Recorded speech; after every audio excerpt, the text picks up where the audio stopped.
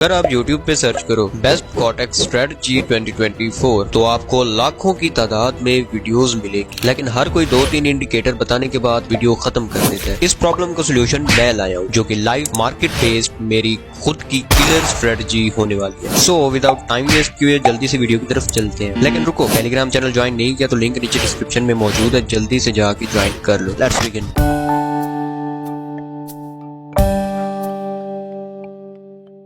अस्सलाम वालेकुम, welcome to legend binary trading. तो ये हमारी स्ट्रेटजी होने वाली है। सबसे पहले ब्रेकआउट स्ट्रेटजी। सिंपली यहाँ पे ना कुछ कंफर्मेशंस मैं आपको बताऊंगा जिन बेसिस पे आपने इस पे ट्रेड लेनी है। और दूसरी बात, थंबनेल पे मैंने किलर इसीलिए लिखा है क्योंकि यहाँ पे ना इस स्ट्रेटजी की जो विनिंग रेशियो है बहुत ही हाई है, बहुत ज्यादा हाई किस्म की विनिंग रेशियो है इस स्ट्रेटजी की। सो दैट्स व्हाई मैंने आपको थंबनेल पे किलर दिखाया है। तो इस स्ट्रेटजी से बाकी मैं तो डेली बेस पे ठीक ठाक प्रॉफिट्स बना रहा हूँ। टेलीग्राम चैनल में जिन्होंने मेरा ज्वाइन किया हुआ है उनको सही पता होगा, क्योंकि मैं वहाँ पे सारा कुछ शो करता रहता हूँ कि मैं किस स्ट्रेटजी पे वर्क करता हूँ, कितना मैं डेली बेस पे अर्न करता हूँ एंड सो ऑन। ठीक है, तो वीडियो को पूरी देखना है आपने। आप वीडियो को पूरी नहीं देखते और बाद में आपको कुछ मेन पॉइंट्स का पता होता नहीं है और फिर आप लॉस करके आ जाते हो कि यार मैंने ये पॉइंट पे गलती की है, मेरा लॉस हो गया है। तो इन रीजंस को अवॉइड करने के लिए जस्ट आपने वीडियो को पूरा देखना है ताकि आपको ऑल पॉइंट्स की सही तरीके से समझ आ जाए। ठीक है, सबसे पहले मैंने कॉटेक्स ब्रोकर को ओपन किया हुआ है।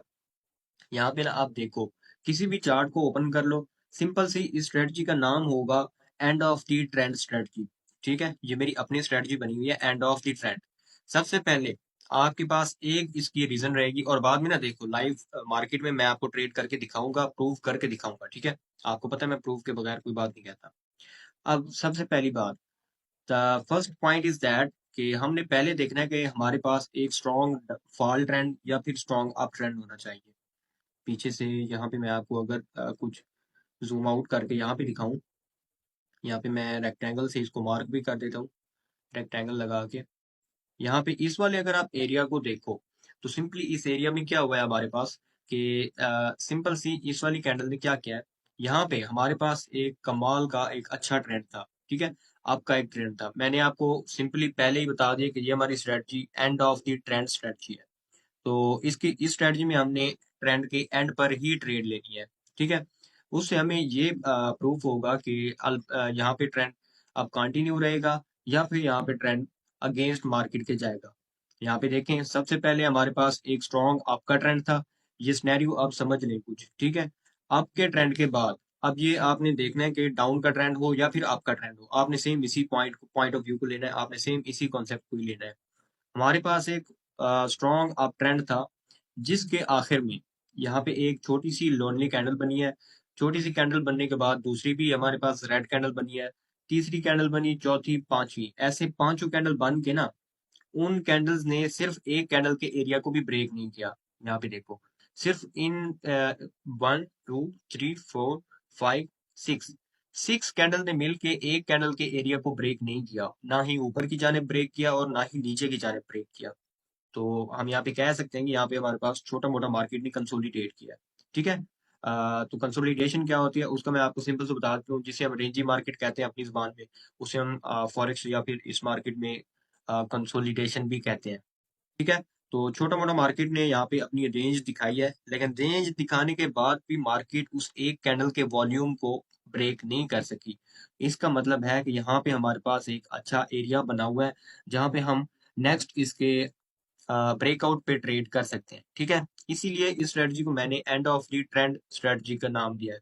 अब यहाँ पे डाउन की सिंपली देखो, पिछली 6 कैंडल्स के मोमेंटम को इस कैंडल ने एक डाउन कैंडल बना के यहाँ पे क्लोज कर दिया, मतलब इस एरिया को ब्रेक कर दिया है। तो ऑब्वियसली हमारे पास ये एक डाउन ट्रेंड की इंडिकेशन है या फिर थोड़े से टाइम के लिए मार्केट की डाउन आने की मोमेंटम का मार्केट ने यहाँ पे बता दिया है। तो ऑब्वियसली सी बात है, हमारी यहाँ पे नेक्स्ट मंथ इस वाले कैंडल पे 2 से 3 मिनट की एंट्री रहेगी। अब 1 मिनट की एंट्री आपने इसलिए नहीं लगानी, वैसे चार्ट तो मैंने 1 मिनट का ही ओपन किया हुआ है, बट 2 से 3 मिनट पे ये स्ट्रेटजी ना बहुत ही कमाल वर्क कर रही है। मैंने इसको नोट किया है, बहुत ज्यादा कमाल वर्क कर रही है। अब यहाँ पे देखो, 2 मिनट का चार्ट मैंने ओपन किया हुआ है। यहाँ पे ये हमारे पास एरिया था, ये वाला। मैं आपको कुछ यहाँ पे दिखा देता हूँ इसको एडिट करके।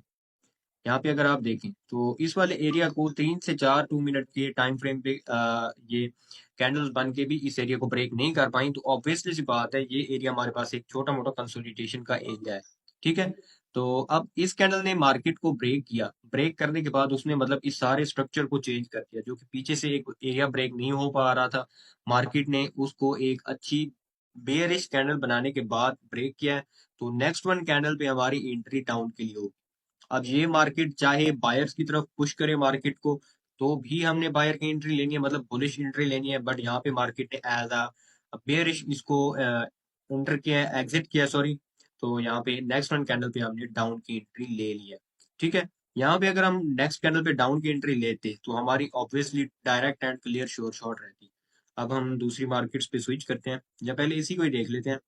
यहाँ पे हमें क्लियर एंड वाज़ेह पता चलेगा कि ये हमारी स्ट्रेटजी वर्क करती है। अब ये हमारे पास एक, यहाँ पे देखो, यहाँ पे एक डाउन ट्रेंड था। मैं यहाँ से अगेन से आपको दिखा देता हूँ रेक्टेंगल लगा के, ताकि आपका कोई भी क्वेश्चन जो हो वो बाकी ना रहे। बाय द वे, अगर आपका कोई भी क्वेश्चन होता है तो कमेंट कर दिया करो, मैं इंशाल्लाह आपको जरूर उसमें आंसर करूंगा। यहाँ पे देखो, हमारे पास ये एक डाउन ट्रेंड था। तो इस डाउन ट्रेंड में बेसिकली मार्केट ने क्या किया है, डाउन मतलब यहाँ पे higher high, lower higher low, सारा कुछ बनाने की कोशिश की है। यहाँ पे पीओएस भी बने हुए हैं, ब्रेकअप स्ट्रक्चर हुआ है। उसके बाद मतलब आईसीटी पर जो ट्रेड करता है, ये सारा कुछ उसी को पता होगा, जो बिगनर लेवल का है, तो उसके लिए जस्ट मैं आपको स्ट्रेटजी ही ये कहूंगा। ठीक है, यहाँ पे चार्ट को पता नहीं क्या हो गया, by the way ignore it. Down trend हमारे पास एक डाउन मोमेंटम था। डाउन मोमेंटम के बाद क्या हुआ कि कुछ एरिया में कैंडल्स बनी, जो कि उस एरिया को मतलब 50% के लिए आप गैन बुक्स यूज कर सकते हो, मतलब आपको 50% पता चल जाएगा कि इस एरिया का 50% कहाँ पे है। तो इस वाले एरिया को ना कुछ कैंडल्स इतनी बनी, मतलब इस वाले एरिया में जितनी भी कैंडल्स हैं वो ब्रेक नहीं कर सकी। अब यहाँ पे डाउन ट्रेंड था, एक ही कैंडल के मोमेंटम को पिछली कितनी कैंडल्स ब्रेक नहीं कर सकी, बट इस वाली कैंडल ने जैसे ही इस एरिया को ब्रेक किया, हमारी इस वाली कैंडल पे एंट्री रहनी थी, और ये एंट्री हमारी 1 से 2 मिनट की एंट्री रहनी थी, या फिर 2 से 3 मिनट भी। आप अगर इसको ज्यादा कंफर्म करना चाहो तो 2 से 3 मिनट भी यूज कर सकते हो। ठीक है, चार्ट अभी मैंने 2 मिनट को ओपन किया हुआ है। बाय द वे, आप इसको 1 मिनट पे भी सेम थिंग यूज कर सकते हो, लेकिन 1 मिनट पे आपको मार्केट में बहुत ज्यादा एरर देखने को मिलते हैं, तो मैं आपको सजेस्ट नहीं करूंगा। 2 से 3 मिनट की एंट्री ले लो, परफेक्ट एंट्री रहेगी। ठीक है, तो जाहिर सी बात है, यहाँ पे मार्केट ने जैसे ही इसका ब्रेकआउट दिया, तो हमने नेक्स्ट एंट्री अप के लिए ले ली। किस चीज की? बुलिश मोमेंटम की, क्योंकि हमें पता था कि मार्केट जहां पर पिछली 8 से 10 या 15 कैंडल्स बनाकर भी एक एरिया को ब्रेक नहीं कर पाई, तो वो एक स्ट्रॉन्ग एरिया है। अगर वो स्ट्रॉन्ग एरिया ब्रेक हो जाता है तो ऑब्वियसली नेक्स्ट मार्केट का मोमेंटम बुलिश ही रहेगा। अगर हमारे पास बुलिश सिनेरियो होगी तो बुलिश ही रहेगी मार्केट, अगर हमारे पास बेयरिश सिनेरियो होगी तो हमने बेयरिश एंट्री ही लेनी है। अब यहाँ पे देखें, अब ये अच्छा, ये भी मैं नहीं कह रहा कि यहाँ पे डाउन ट्रेंड था तो हमने एंट्री भी डाउन की लेनी है, या फिर एंट्री भी आपके लेनी है, तो ऐसी कोई बात नहीं है। यहाँ पे डाउन की एंट्री होगी या फिर आपकी वो आपको मार्केट बताएगी। अब ये अगर यहाँ पे मार्केट इस टाइप का कुछ नीचे मोमेंटम दे के इसको ब्रेक कर देती, तो ऑब्वियसली हमने यहाँ पे डाउन की एंट्री ही लेनी थी। आई होप कि यू गॉट द पॉइंट। अब यहाँ पे पीछे से इस वाले एरिया में मैं आपको दिखाता हूँ। यहाँ पे देखिए, आपको लाइव मार्केट में ना हर 10-15 मिनट के बाद आपको एंट्रीज देखने को मिलेंगी। यहाँ पे एक और रेक्टेंगल ऐड करने के बाद मैं यहाँ पे आपको दिखाता हूँ। एक हमारे पास सबसे पहले तो एक डाउन ट्रेंड था। डाउन ट्रेंड के बाद क्या हुआ कि यहाँ से देखो यार, 1 मिनट, यहाँ से मैं आपको दिखाता हूँ। ये एक हमारे पास डाउन ट्रेंड था। डाउन ट्रेंड के बाद, सिंपल, डाउन ट्रेंड के बाद यहाँ पे एक एक कैंडल का मोमेंटम आया है, उसको पिछली 4 से 5 कैंडल्स ने ब्रेक करने की कोशिश किया, बट वो नहीं कर पाई। तो हमारे पास एक मार्केट में कंसोलिडेशन एरिया, छोटा मोटा मतलब स्कैल्पिंग के लिए कंसोलिडेशन एरिया हम इसको कह सकते हैं, आया है। उसके बाद क्या हुआ है, यहाँ पे देखो, इस वाले एरिया को मैं कुछ एग्जैक्टली मार्क कर देता हूँ ताकि आपको फुली इसकी समझ आ जाए। यहाँ पे हियर यू गो। तो एक बेयरिश कैंडल के मोमेंटम को 6 से 7 कैंडल्स ब्रेक नहीं कर पाई, तो ऑब्वियसली हमारे पास वो एक एरिया कंसोलिडेशन एरिया होगा। बट कंसोलिडेशन एरिया जैसे ही ब्रेक होता है, उसके बाद हमारी वैसी ही एंट्री रहती है जैसा हमें मार्केट बिहेव करती है। क्योंकि मार्केट, आपको पता है, ट्रेंड इज ट्रेंड। मार्केट में जब भी आपको टिकना आ जाएगा तो you will be a successful trader. अब मैं ये बात नहीं कर रहा कि मतलब आप शुरू हो जाओ ट्रेड लेने पे, और जहां पे भी एंट्री दिखे ट्रेड पे ट्रेड लो। ऐसी कोई बात नहीं होती, ये नॉनसेंस वाला काम है। ठीक है, प्रॉपर रिस्क एंड मनी को मैनेज